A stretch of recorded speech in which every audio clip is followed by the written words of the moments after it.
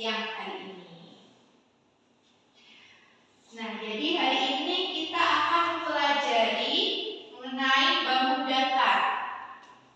Nah, sebelum kita masuk pada materi bangun datar, Ibu akan menyampaikan mengenai tujuan pembelajaran. Yang pertama, siswa dapat mengetahui dan mengidentifikasi berbagai bangun datar. Yang kedua, siswa dapat mengamati dan menjelaskan sifat-sifat bangun datar. Dan yang ketiga, siswa dapat menghitung luas dan keliling bangun datar. Nah, sebelum kita masuk pada materi bangun datar, apakah ada yang tahu apa itu bangun datar? Belum. Baik.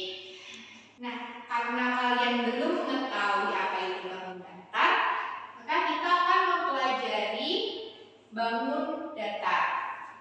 Jadi, bangun datar merupakan sebuah bangun yang berbentuk datar yang dibatasi oleh garis-garis lurus atau garis lengkung.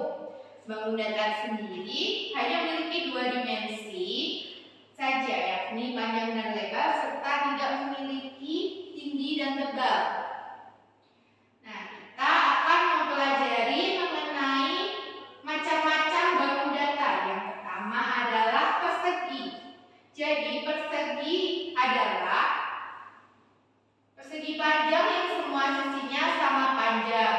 Bisa dilihat seperti di gambar, ini sama panjang. Lalu untuk sifat persegi yang pertama memiliki 4 ruas garis, yaitu AB, DC, AD, dan BC. Yang kedua, keempat ruas garis itu sama panjang. Yang ketiga memiliki 4 buah sudut sama besar, yaitu 90 derajat. Lalu untuk rumus luas persegi yaitu S kali S atau sisi kali sisi. Lalu untuk rumus keliling yaitu 4 kali S atau 4 kali sisi. Nah, untuk selanjutnya ada persegi panjang. Persegi panjang yaitu bangun datar yang mempunyai sisi berhadapan yang sama panjang dan memiliki 4 buah titik sudut siku-siku seperti yang tertera pada gambar. Lalu untuk sifat persegi panjang yang pertama memiliki 4 ruas garis, yaitu AB, DC, AD, dan BC. Lalu 2 ruas garis yang berhadapan sama panjang.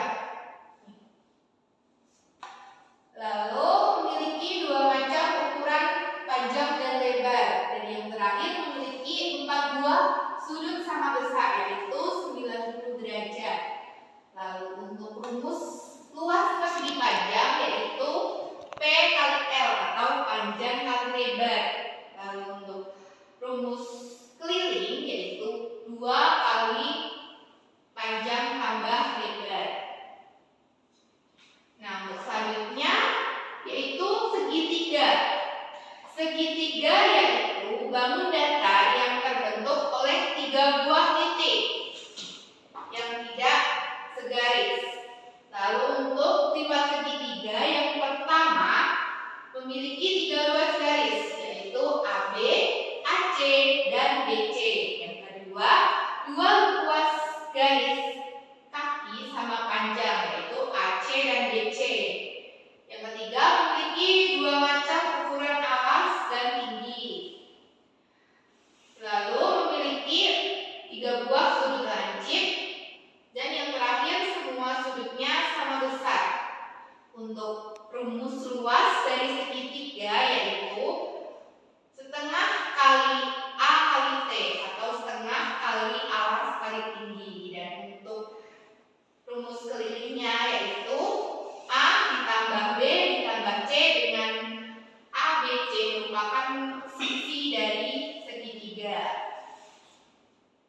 Lalu selanjutnya ada bangun layang-layang. Jadi layang-layang yaitu segi 4 yang salah satu diagonalnya memotong tegak lurus sumbu diagonal lainnya. Lalu untuk sifat layang-layang yang pertama memiliki 4 ruas garis, yaitu AB, BC, CD, dan AD. Lalu yang kedua, 2 ruas garis yang berhadapan sama panjang. Lalu yang ketiga, memiliki 2 macam ukuran diagonal. Seperti yang tertera di gambar, ada diagonal 1 dan diagonal 2. Lalu untuk rumus luas layang-layang yaitu setengah kali D1 kali D2. Dan untuk rumus keliling layang-layang yaitu 2 kali A ditambah B, dengan A dan B adalah sisi dari layang-layang tersebut. Lalu selanjutnya ada bangun jajar genjang. Jadi jajar genjang yaitu segi 4 yang sisinya sepasang-sepasang sama panjang dan sejajar. Lalu untuk sifat jajar genjang yang pertama memiliki 4 ruas garis, yaitu AB, BC, CD, dan AD. Yang kedua, 2 ruas garis yang berhadapan sama panjang. Yang ketiga, memiliki 2 macam ukuran alas dan tinggi. Yang keempat, memiliki 2 buah sudut lancip. Dan yang kelima, memiliki 2 buah sudut tumpul. Jadi ini sudut lancipnya, ini sudut tumpulnya. Nah, untuk rumus luas jajar genjang yaitu A kali T atau alas kali tinggi. Lalu untuk rumus keliling dari jajar genjang yaitu 2 kali A ditambah B, dengan A dan B adalah sisi-sisi dari jajar genjang. Lalu selanjutnya kita ada bangun belah ketupat. Jadi belah ketupat yaitu segi 4 yang semua sisinya sama panjang dan kedua diagonalnya saling berpotongan tegak lurus. Untuk sifat belah ketupat yang pertama memiliki 4 ruas garis, yaitu AB, BC, CD, dan AD. Yang kedua, 2 ruas garis yang berhadapan sama panjang. Yang ketiga, memiliki 2 macam ukuran diagonal. Yang keempat, memiliki 2 buah sudut lancip. Dan yang kelima, memiliki 2 buah sudut tumpul. Lalu untuk rumus dari belah ketupat yaitu setengah kali D1 kali D2. Lalu untuk rumus kelilingnya yaitu 4 kali S atau 4 kali sisi. Lalu selanjutnya kita ada bangun lingkaran. Jadi lingkaran adalah bangun datar yang terbentuk dari himpunan semua titik persekitaran yang mengelilingi suatu titik asal dengan jarak yang sama. Lalu untuk sifat lingkaran yang pertama mempunyai satu sisi, dan yang kedua memiliki simetri putar dan simetri lipat tak berhingga. Lalu untuk rumus dari lingkaran yaitu Pi kali R kuadrat, dan rumus keliling itu 2 kali Pi kali R atau bisa juga Pi kali D atau diameter. Lalu selanjutnya kita ada bangun trapesium. Jadi trapesium yaitu segi 4 yang memiliki tepat sepasang sisi yang sejajar. Untuk sifat trapesium sendiri, yang pertama memiliki 4 ruas garis, yaitu AB, BC, CD, dan AD. Yang kedua, garis tinggi sama dengan garis tegak lurus pada garis alas.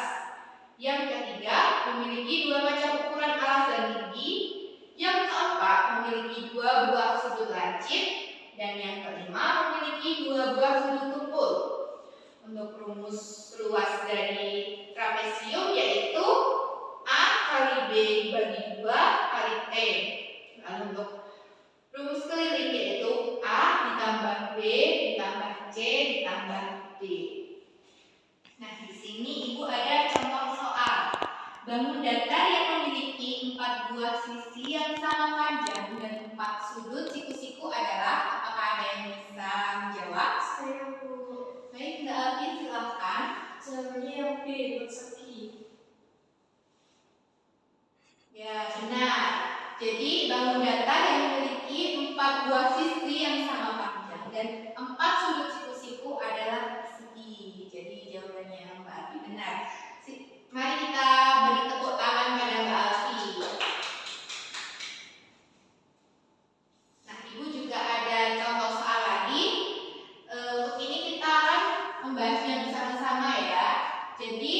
persegi panjang dengan ukuran panjang 12 cm dan lebar 6 cm. Berapakah luas persegi panjang di atas? Apakah ada yang masih ingat rumus luas persegi panjang tadi?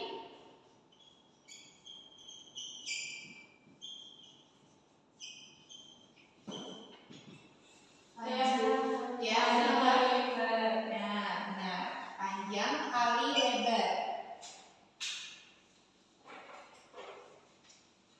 Panjangnya di situ berapa? 12. Lebarnya 6. 12 kali 6 72 cm persegi. Kita cek jawabannya. Nah, jadi sudah benar ya, sudah sama. Lalu Ibu juga ada contoh soal lain. Nah, lingkaran dengan jari-jari 14 cm. Berapakah luas lingkaran di atas? Tadi apakah ada yang masih ingat rumus luas lingkaran? Ya, pi kali r kuadrat. Berarti pi kali r kali r ya. Nih bisa dilihat itu r-nya 14 cm. Berarti itu bisa dibagi 7 ya. Karena itu kita akan menggunakan pi 22/7 kali 14 kali 14. Ini bisa dibagi, berarti 14 bagi 7 berapa? 2. Berarti 22 kali 2 44 kali 14 116 cm persegi. Nah, sudah sama, berarti sudah benar ya. Nah, di sini Ibu ada latihan soal. Apakah ada yang mau mencoba mengerjakan soal pada layar? Saya, Bu. Iya, silakan Mbak Delis.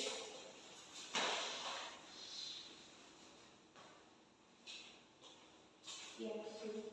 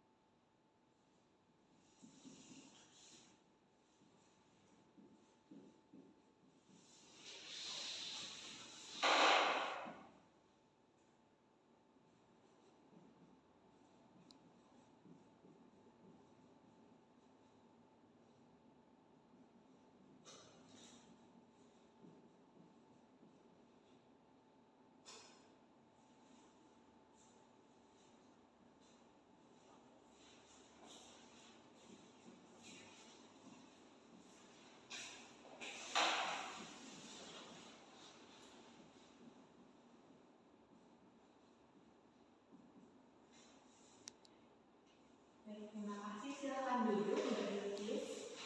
Apakah ada yang jawabannya berbeda dari Mbak Bilkis? Sama, Bu. Oke, mari kita cek jawaban dari Mbak Bilkis ya. Nah, sama, berarti benar ya. Mari kita beri tepuk tangan pada Mbak Bilkis ya. Nah, Ibu ada latihan soal lagi untuk memperdalam pengetahuan kalian mengenai bangun data. Silahkan kerjakan latihan soal ini di rumah. Nanti akan kita bahas pada pertemuan selanjutnya. Apakah dari penjelasan Ibu tadi kalian masih bingung mengenai bangun data?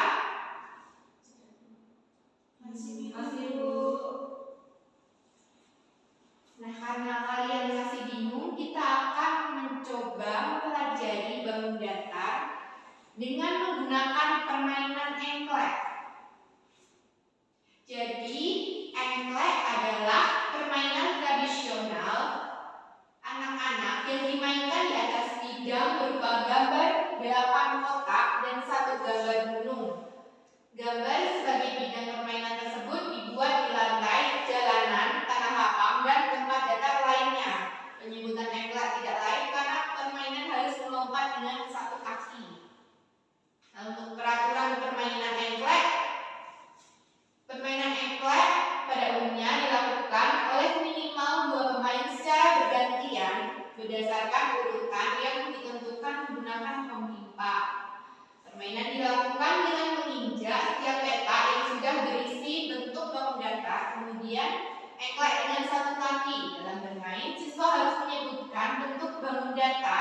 pada peta yang diinjak. Misal lompat ke persegi, lompat ke segitiga, dan lain-lain. Pemain tidak boleh salah menyebutkan nama bangun datar, menginjak garis peta maupun menginjak peta yang di dalam peta tersebut terdapat gacor. Jika hal itu dilakukan, maka pemain dianggap mati dan digantikan oleh pemain selanjutnya.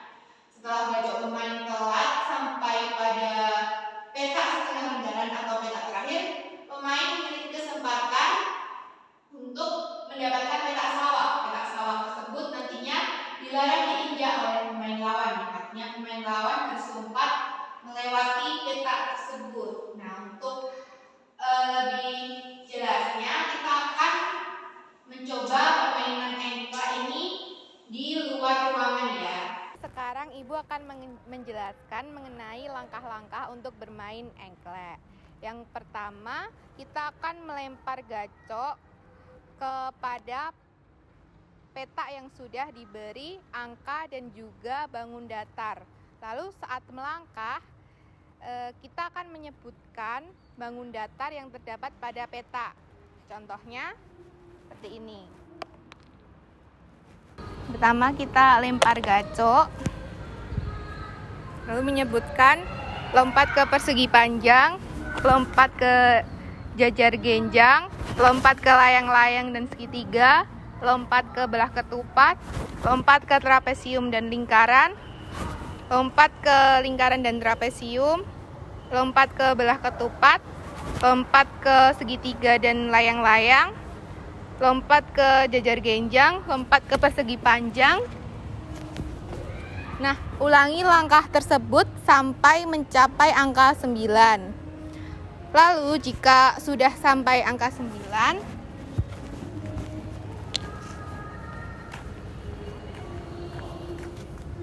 kan seperti ini lagi.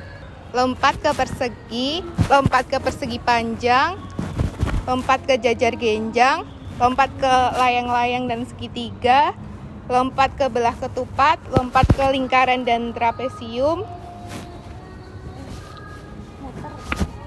Lalu kita akan mengambil gacok seperti ini. Setelah itu kita akan melemparkan gacok untuk mendapatkan sawah.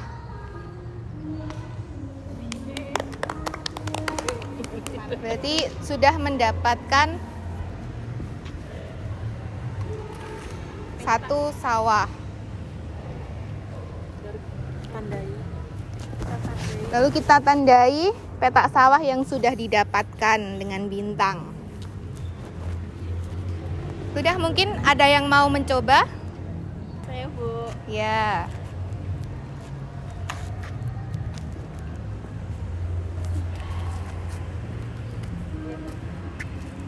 Sekarang perhatikan teman kalian yang akan mencoba permainan engklek. Nih.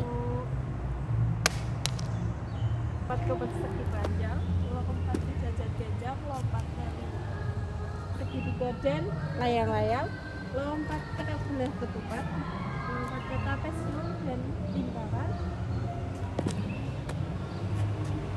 lalu lompat ke belah ketupat, lompat ke layang-layang dan segitiga, lompat ke jajar genjang, lompat ke persegi panjang, diambil gacoknya.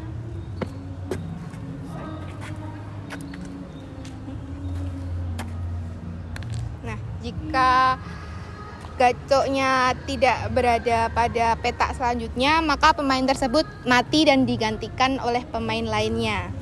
Mungkin ada yang mau mencoba lagi? Oh ya, Mbak Salsa, silahkan.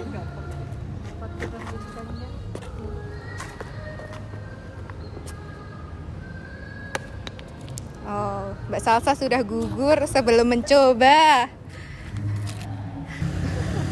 Ayo Suci, Semangat.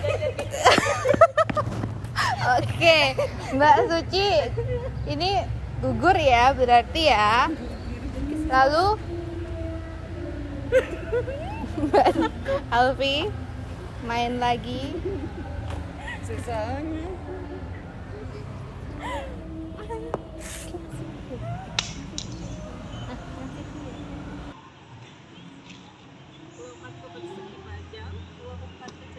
gajah lompat ke lingkaran segitiga dan layang-layang, lompat ke benda ketupat, lompat ke trapesium dan lingkaran,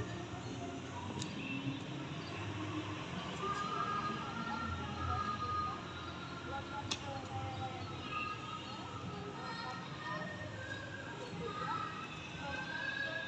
panjang,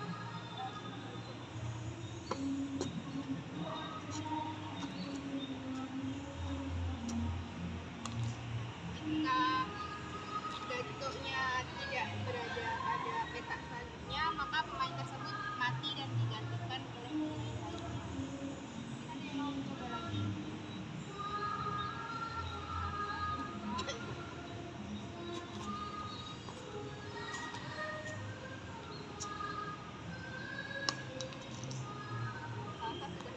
Sebelum mencoba,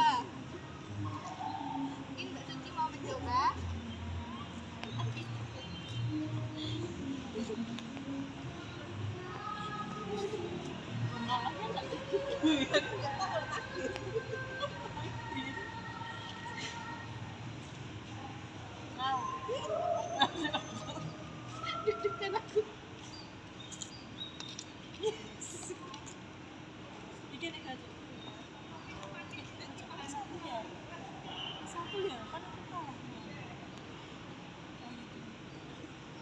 ya Allah.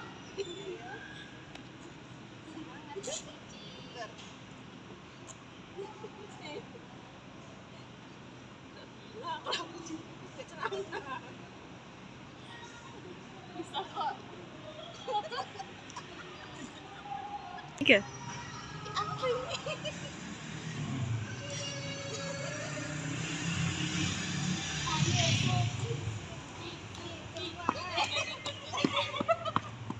Oke, Mbak Suci, ini gur ya, bukan ini ya. Lalu,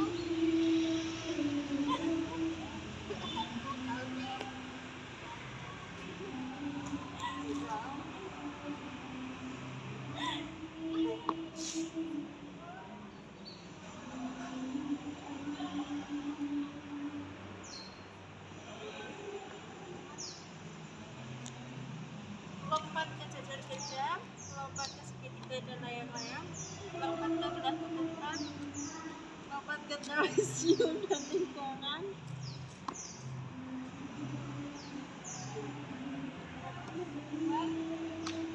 lompat ke layang-layang dan segitiga, lompat ke jajaran gajah,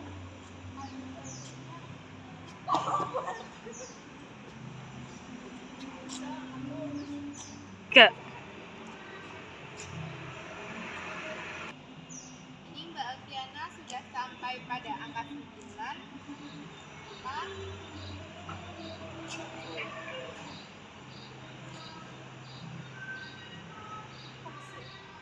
lompat ke persegi panjang, lompat ke jajar gajah, lompat ke layang-layang dan segitiga, lompat ke belah ketupat, lompat ke trapesium dan lingkaran,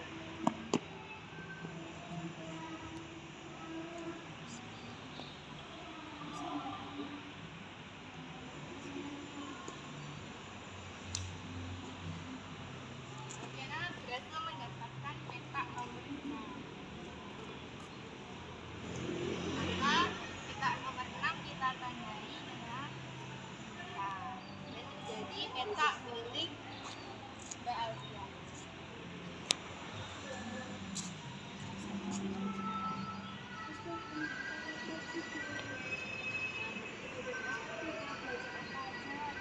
pertama ada buku catatan sampai sini panjang sih.